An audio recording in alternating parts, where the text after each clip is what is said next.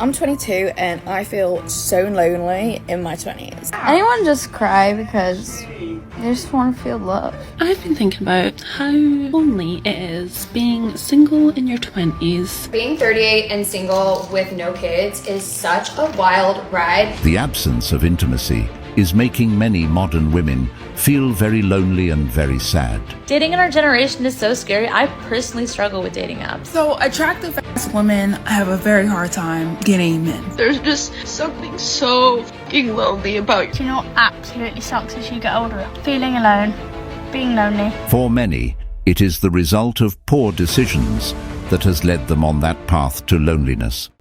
Kindly subscribe to the channel, as it is our sole form of support. Thank you. There's just something so fucking lonely about your mid-20s. I don't know who needs to hear this, but if you are single and you're feeling super lonely because it's the holidays, you are not alone. It doesn't mean there's anything wrong with you either. Like, you're not defective just because you're not in a relationship. And just because you didn't have success in 2024 does not mean that you will not have dating success in 2025. Because that's the crazy thing about dating. Never know when or who you're gonna meet. But if you give up now, then you are killing your chances of actually meeting someone. So stay in it. I don't think adults were well equipped to handle loneliness. Today I just sat and I really wanted to move through this feeling.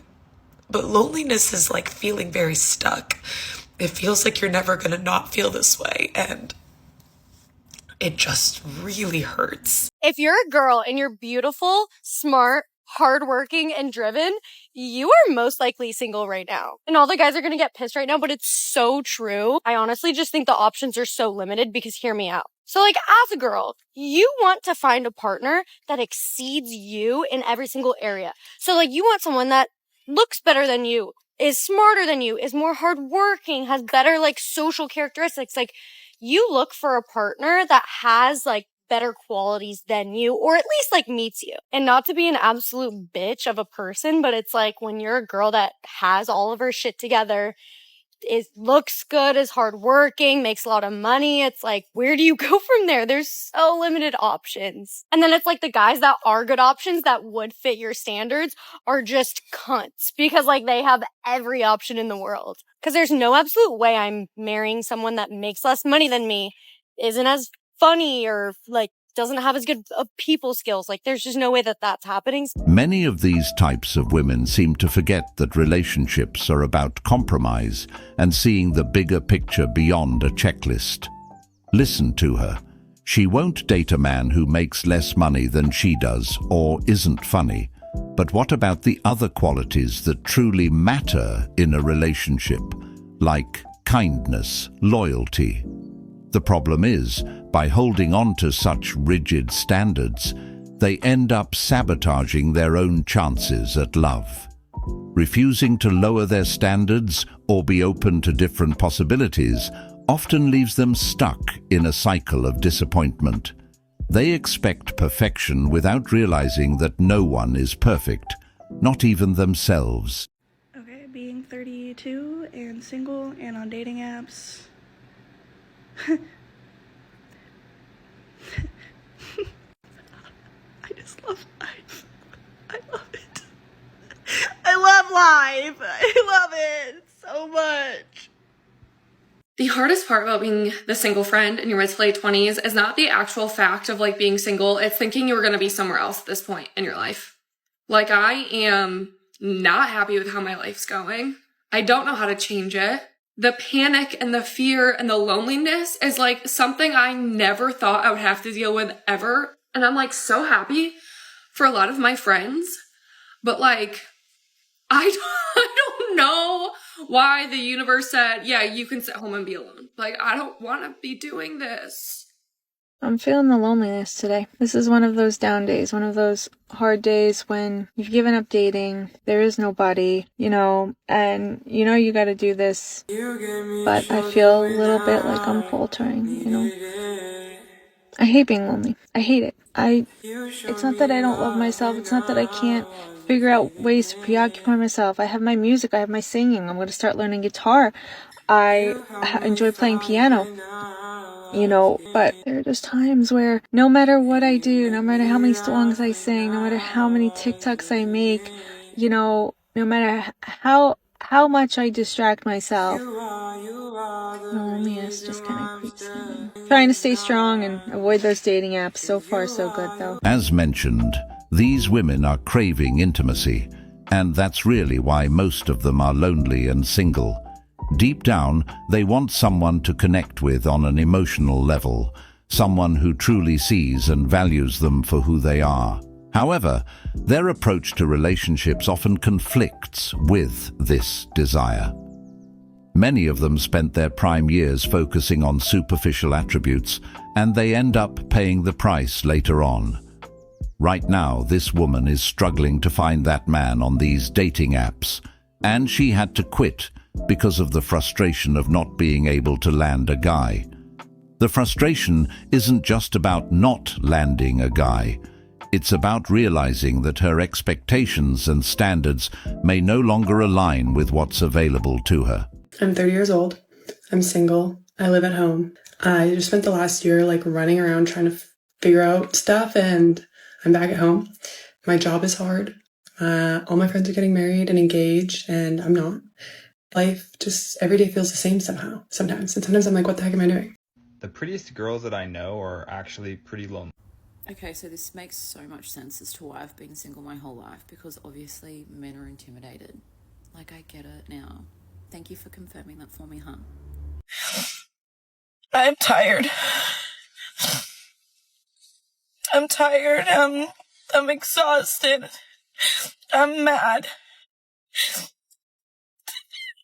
I have so much anxiety, I can't even function as a human being anymore. Why I'm never good enough?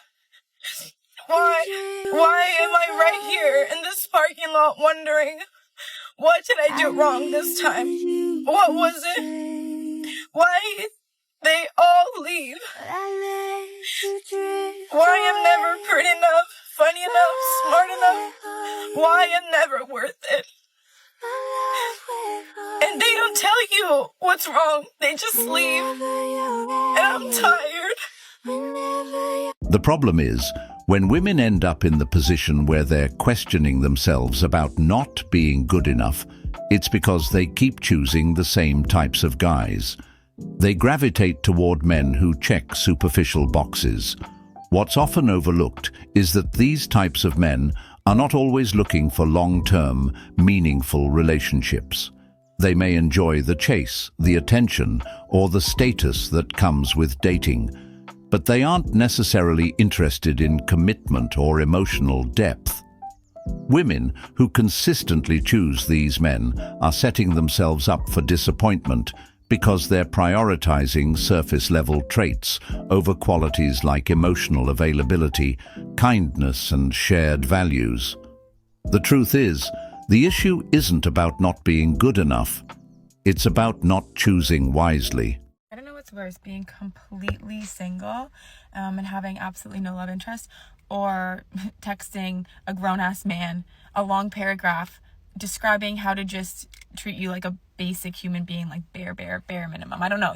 I'm in this really weird state where I feel super lonely, and yet I don't want to hang out with anyone at all. When I'm home, I want to go out and I want to do things, but at the same time, I can't think of anything I want to do or anyone I want to see. And when I'm out doing things and seeing people, I'm having a really good time, but there's still this underlying sense of loneliness. I don't know how to explain it. And don't get me wrong, I love my friends. I love spending time with my friends. I love my family, but I am cursed with this feeling of loneliness. Do you know what absolutely sucks as you get older? Feeling alone, being lonely, and having what it feels like nobody to do anything with. Message friends, people who you thought were your friends, but now you're second guessing yourself. Like, when you're free, let's meet up, and everyone comes back busy, can't do it, yada yada yada, and you're just like, cool. There needs to be a club for I'm 30, have no boyfriend and have no kids. So I wish I could be one of them people that was happy by themselves. I could go and join my own company and read books and get a hobby, and that's just not me. I enjoy being with people.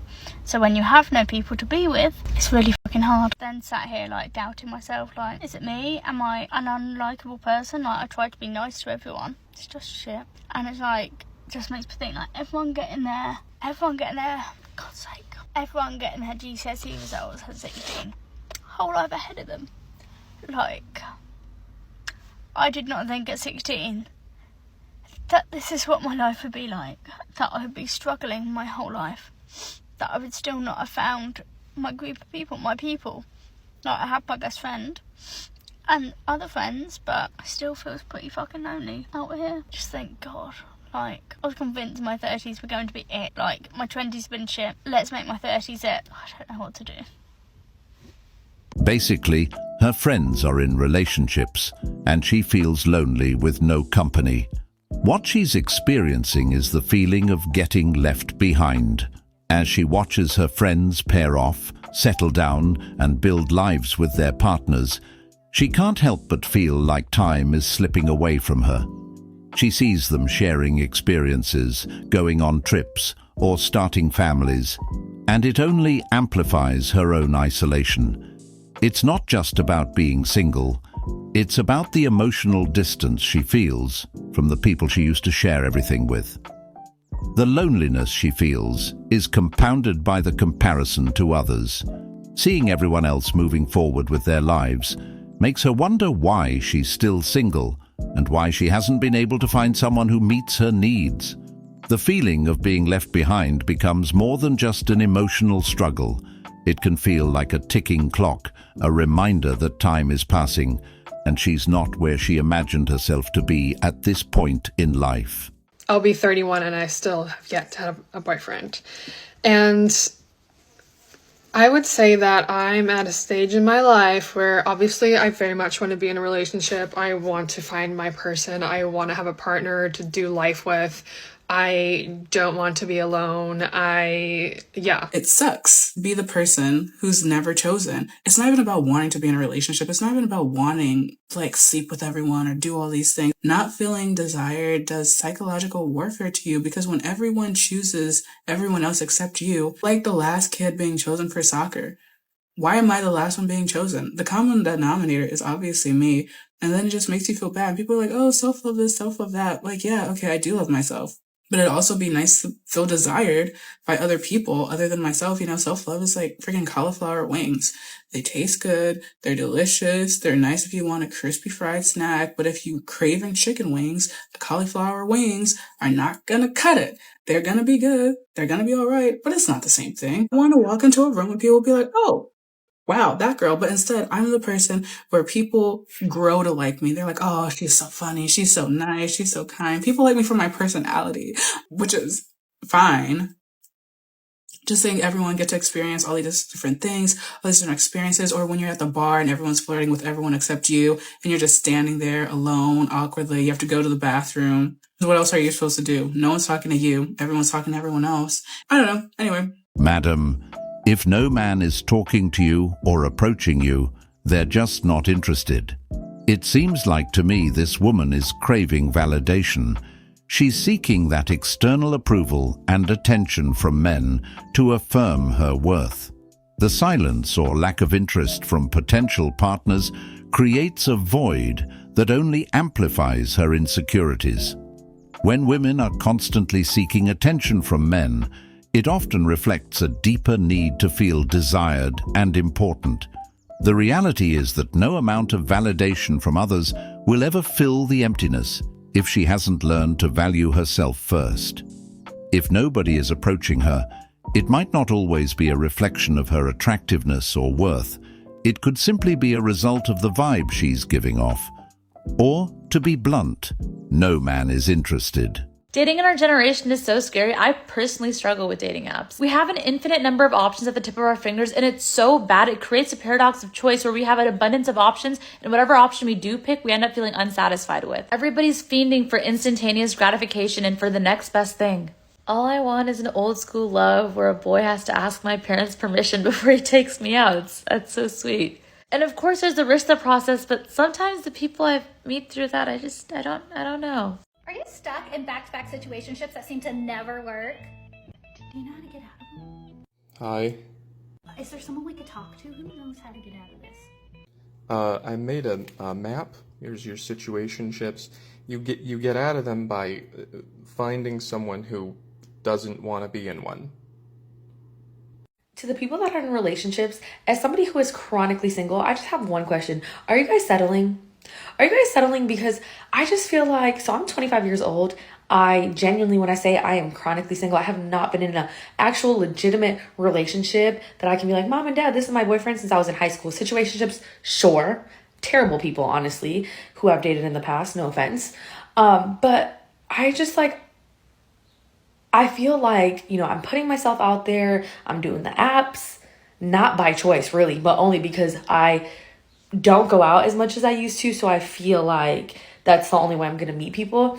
And my friends, for whatever reason, hate me and don't introduce me to anybody. Just kidding. Love you guys so much. But like everyone that they know is married already. So I want to know, like, are you guys settling in some sort of capacity? Because how are you guys finding these people? How are you guys in these loving relationships? It doesn't make sense. And I need somebody to tell me, because people are like, just focus on yourself. Your day is coming. It's so annoying, especially when it comes from people who have never been single a day in their life. Like they change relationships more than they change underwear. So I just want to know, like, is it me? Now, again, I know I don't look like a model. I understand. I'm not shooting above my range, but it's like, Jesus Christ, like, do I really have to lower the standards that much? It's what it's feeling like. I like how she said, they were terrible people, when she's the one who gave these men access to her body. What you have to understand about women who have been in many situationships is that it's very hard for them to pair bond. The repeated cycle of casual relationships and emotional detachment takes a toll on their ability to form meaningful connections. They've trained themselves to keep things surface level, avoiding vulnerability because they've been hurt or let down too many times. The truth is, pair bonding requires trust, emotional openness, and a willingness to invest in someone deeply. But when a woman has been through countless situationships, those qualities often fade. She's learned to treat relationships as temporary or transactional, and that mindset can carry over even when she wants something real. She's confused why her friends are in happy relationship. Well, that's because they wasn't being passed around, madam. Can we normalize and even celebrate solitude and being single? Because, oftentimes, especially on social media, I see it being just kind of really highly stigmatized. And I think, there is a growing number of single people, it seems like particularly women, that are perfectly happy enjoying their single lives and enjoying those single lives to the fullest. Incorrect. The happiest people are single women and married men. It was like this whole debate, and I'm like, I really think that is true. Honestly, you guys, I feel like a lot of married women are unhappy. Because they take on both roles. A lot of women take on both roles, and that's what makes them unhappy. Because when a man gets married, he automatically gets everything. He gets a home. He gets, he gets the good parts of a woman. He gets a chef, a nanny, a house cleaner, a prostitute. They get everything. They get everything. Literally. And then the woman is expected to do the housework and work as well. Honestly, I don't want to say a lot of women enable it, but it's you got it. I think Shara 7 says something really well. She's just don't do it for a week. That's incorrect. The happiest people are not single women. If you look at this graph here, you'll see that the women who are happiest are married women with children, while the happiness levels of women without kids drop significantly to around 21%. This paints a clear picture that the narrative of single women being the happiest is largely misleading. The women who promote this idea are often the ones trying to justify their own choices and encourage others to join them in their misery. It's a way to cope with their own unhappiness by making it seem like they've chosen the better path, but the data simply doesn't support it. Married women with children often report a higher sense of fulfillment, purpose, and emotional stability because they've built lives centered on meaningful relationships and shared responsibilities. They aren't chasing superficial goals or temporary pleasures. They're investing in something that gives back to them emotionally and mentally in the long run.